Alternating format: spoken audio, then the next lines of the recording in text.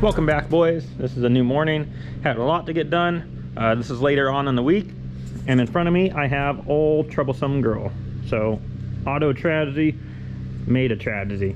So we're going to be pulling this thing apart today. I've done this a bunch of times on the channel, so I'm just going to go ahead and jump right into it today and get this thing pulled all the way apart. Once we get the engine out of the thing and we get down to the more interesting stuff, I will show you guys what was the failure.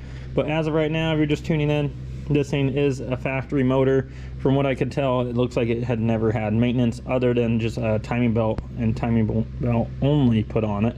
It looked like the original pulleys. Didn't look like the engines had any maintenance ever. 180,000 miles, original auto transmission.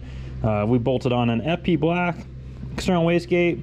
Obviously you can see the top mount there, cob intake, Killer B inlet, ETS V2 header, ID 1700s, and Walbro 535 in a tank. This is on E85. Car made 468 and 385 on our dyno jet. That was at 31 pounds in second gear. It wasn't that we had a problem until we tried to do a third gear hit, and our automatic transmission that we were pushing to the absolute limit became uncontrollable, or what I should say is unpredictable for the load it was putting on the engine. And when we have a factory engine, cylinder pressure is going to mean everything, and when we have that big of a load come in out of nowhere, it's inevitable we're going to have a problem. So we're going to go ahead and get this thing pulled apart today.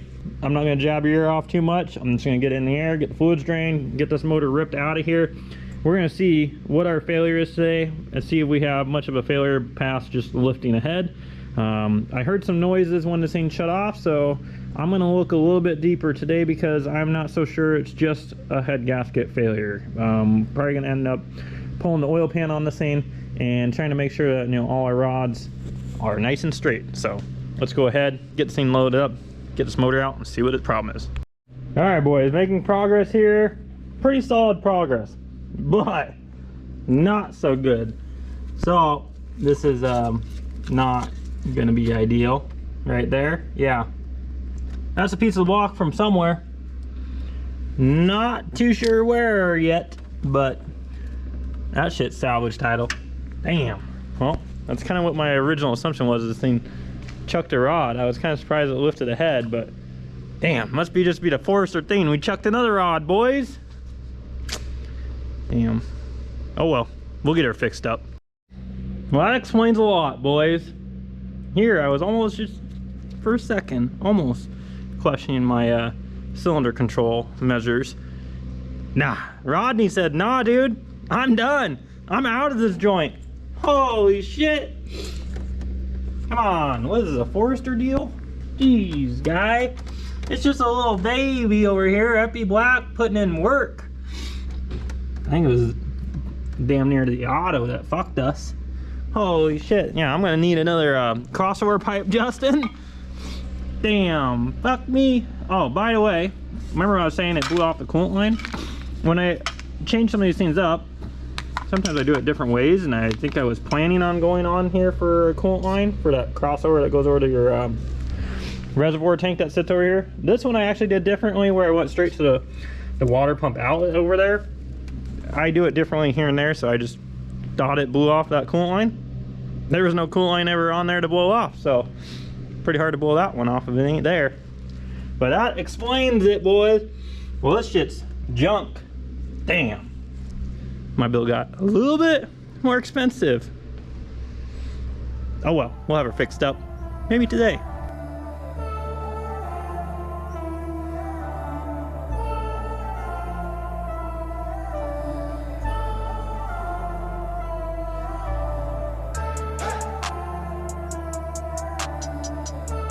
Not bad. A little over an hour. Out of the car, tore down, diagnosed, on the stand, ready to tear this thing all the way down. The only thing I really care about at this point is that we have a good cylinder head, because some might think I would be a little bit more mad about this, but I got another motor for this thing. It's just kind of escalating a little quicker than planned, but that's what happens when you're really sending the limits on these stock engines. This being a completely different variable with an automatic transmission. The manual transmission cars, obviously I know very well how to control the load on the engine and where not to put timing. And the way that this thing was applying load was, it was coming in where it normally would, but then later on in the RPM, it would lock the converter and add a ton of load. So not really too surprised about the broken rod. Kind of what I initially had thought it done at first, but then I had just seen coolant. I didn't really see much oil coming out of this thing. So let's go ahead and get this thing tore down. Like I said, the main thing I want out of this thing is just a good cylinder head. If the cylinder head's good, then it's all right. Well, this block is junk, and then we'll keep the heads and we'll keep this project rolling. So as we're making progress here, it's just a bare long block now, getting ready to pull the heads off. And I want you guys to be the decipher if this thing's ever been apart, because look at how crusty that is along the gasket there.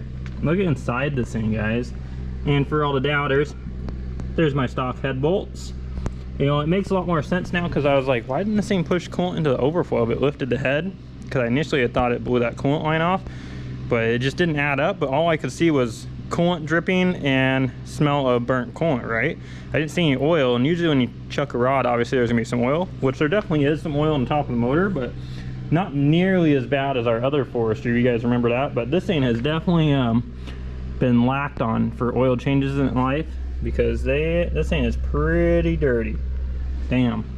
Not too surprised about old girl not being thrilled about the event. So I'm gonna get this thing pulled off. I'll show you guys what it looks like.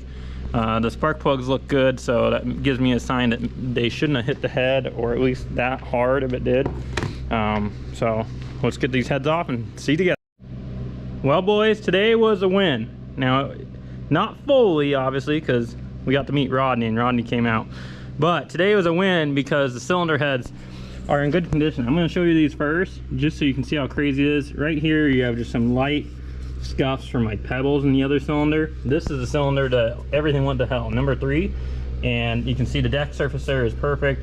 It didn't do anything but maybe a little mark there that can be decked off, but nothing that you would expect from what I'm about to show you, boys.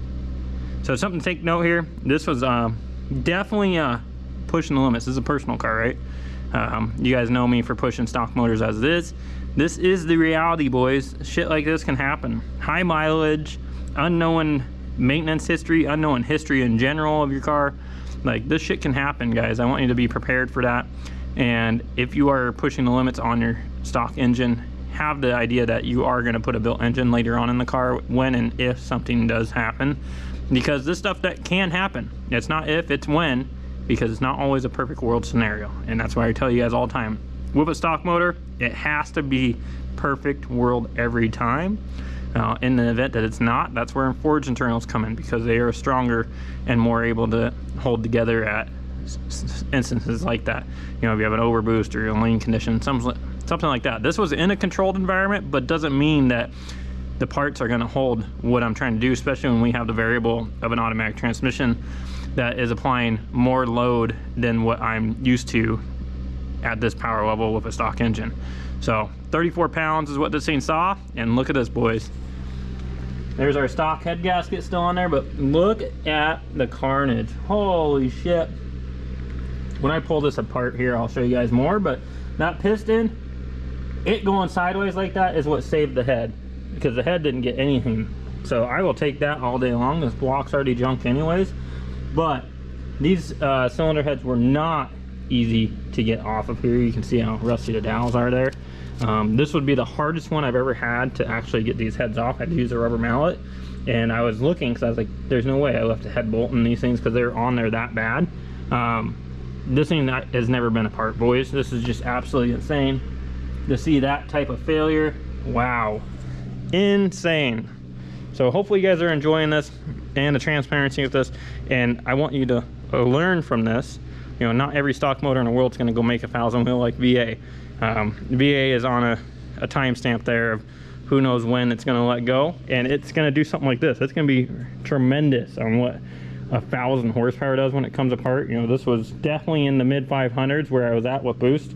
The auto just wasn't applying it all at once, and then all of a sudden it would ramp it in and lock the converter in an uncontrolled environment. So damn, that is insane, boys.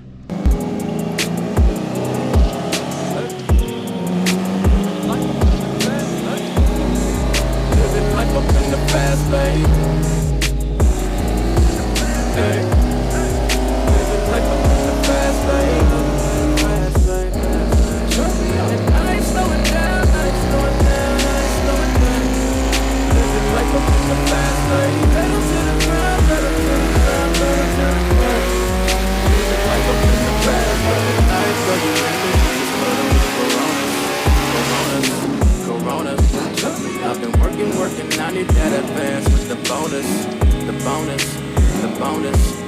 Ain't no thoughts about tomorrow, I'm just living in the moment. The moment, the moment. Full tank of gas and 200 on the dash, bitch, I'm zoning. I'm zoning, I'm zoning. Fast lane. Living life up in the fast lane. Hey. Living life up in the fast lane. Life up in the fast lane, fast lane. And I ain't slowing down, I ain't slowing down, I ain't slowing down. Living life up in the fast lane. Pedal to the ground, pedal to the ground, pedal to the ground. Living